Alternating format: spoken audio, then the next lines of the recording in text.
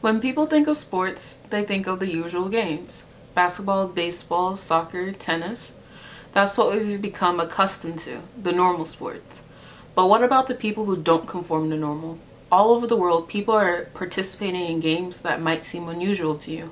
Today we're going to do a top 5 countdown of the world's weirdest sports.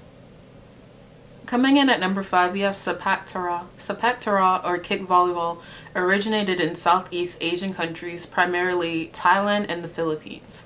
This sport is different than volleyball because instead of using a regular volleyball, the players use a ball made of palm leaves, or rattan.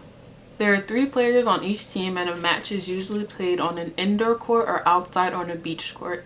Players are only allowed to score using their head, feet, knees, and chest. A match is won by the best of 3 sets, meaning a team can win 2 sets or each team can be tied with 1 match going into the 3rd game. Each set is played up to 21 points. There is international support and play for the game, and there are major competitions such as the ISTF Super Series, the ISTF World Cup, and the King's Cup World Championship, which are all held yearly. Next on the list is underwater hockey.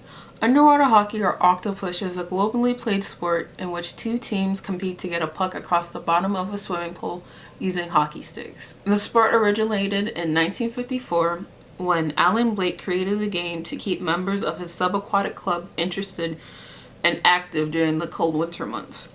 The game is played with 2 teams up to 10 players, with 6 players on each team playing at any time. The other 4 remaining players are substituted throughout the game.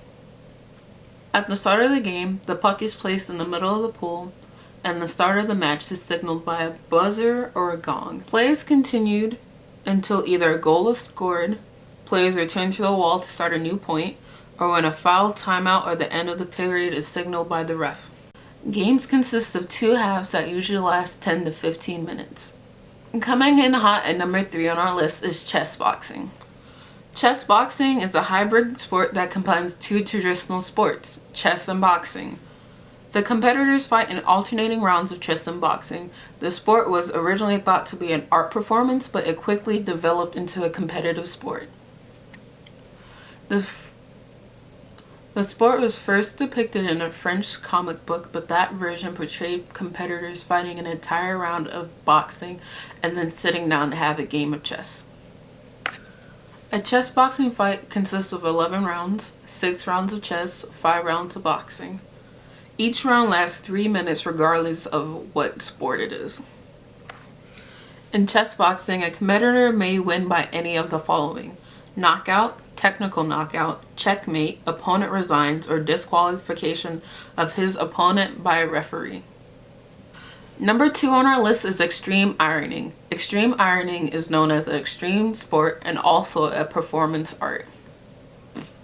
The sport basically consists of people taking their boards to remote locations and ironing their clothes.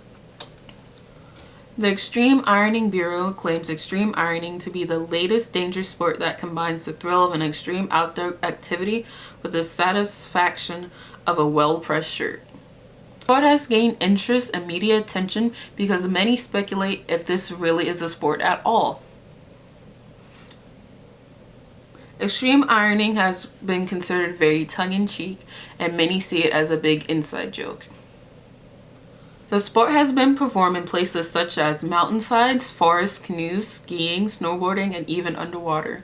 The sport can be conducted solo or in groups. The final sport on our list is tennis. Tennis is a hybrid sport of soccer and table tennis. The sport uses a table just like the one in table tennis, but instead of using paddles and ping pongs, players strike a 7-inch rubber ball with their head. The sport uses influence of tennis, ping pong, and soccer. The rules of tennis is similar to that of ping pong with just a few exceptions. A player has to win 2 sets to win the game. The first player to 11 points wins. If both players have 10 points, a player has to get ahead by 2 points to win a set. The players are allowed to touch their tables with any part of their body, but the point is lost if a player touches the ball with any body part other than their head. Since 2007, the number of players are constantly growing. From what started as 60 people participating has grown to more than 400 participants.